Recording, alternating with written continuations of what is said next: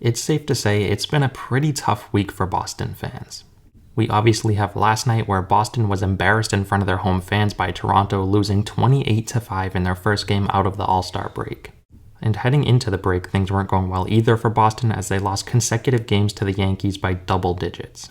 In fact, over the past 3 games, Boston has been outscored 55-8. And this recent collapse has brought up a discussion about whether the Red Sox should be buying or selling at the deadline. And in today's video, I'm going to be answering that question as well as going over Boston's roster top to bottom. So with that in mind, let's hop right into the video. First, let's take a look at Boston offensively. As a team, they're pretty solid on the offensive end as they currently have a .730 team OPS which ranks 8th in all of baseball. As for their offensive power, they're sort of middle of the pack as they currently have 95 home runs which ranks 17th in all of baseball. As for their lineup, they have some really talented players. Of course, they have Rafael Devers, who's the best hitter in their lineup this year, who's hitting .324 to go along with 22 home runs. Devers is so good, and in my opinion, I think he's in the conversation for AL MVP. While I don't think he's going to win the award, I think he's going to be in that conversation all season long. Xander Bogaerts, who in my opinion is one of the most underrated shortstops in the game today, is having a great year as he's hitting .313 to go along with 7 home runs and 5 stolen bases. JD Martinez is also having a pretty good year as all in all he's hitting .302 to go along with 9 home runs. Their big offseason signing in Trevor Story is hitting .221 to go along with 15 home runs and 10 stolen bases. Alex Verdugo is hitting .260 to go along with 6 bombs.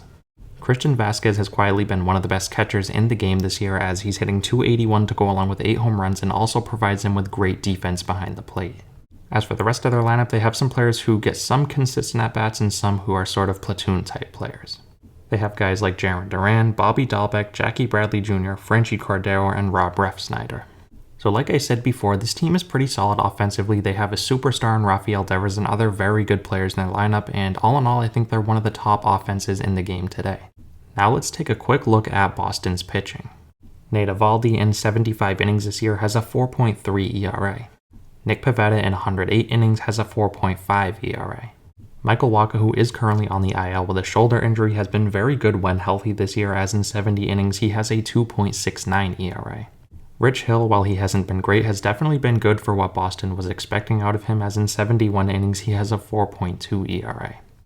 As for the back end of their rotation, they haven't had too many options as they've had players like Cutter Crawford, Brian Bello, and Connor Seabold swap back and forth between the 5th spot in their rotation.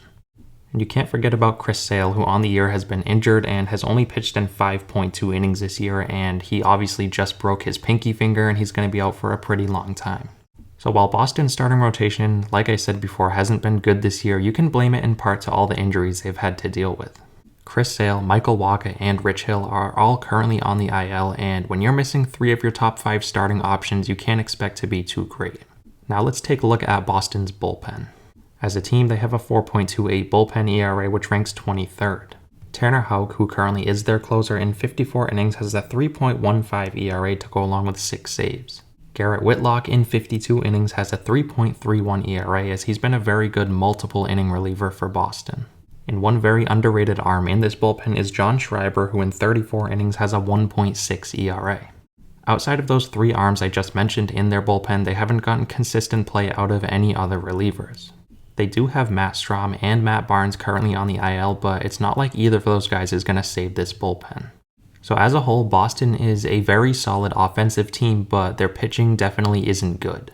After last night's miserable loss, they currently sit at 48-46 and they're 3 games back of Toronto for the 3rd wildcard spot. And to sort of answer the question of whether they should sell or not, I think it depends.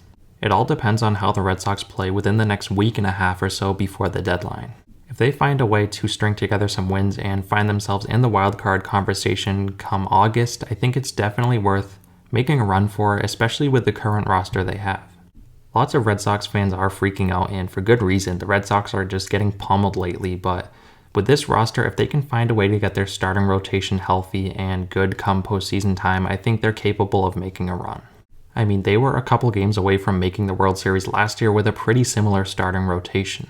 But I can definitely see if lots of people disagree with me on this one because the way the Red Sox looked last night, especially Jarren Duran after letting that grand slam happen, he didn't even hustle after the ball. It just looks like the clubhouse is starting to lose it. On top of that, you have Rafael Devers and Xander Bogaerts. You can argue that's their two best players on the whole team, who are likely going to leave after this season because the Red Sox just don't seem to want to pay them.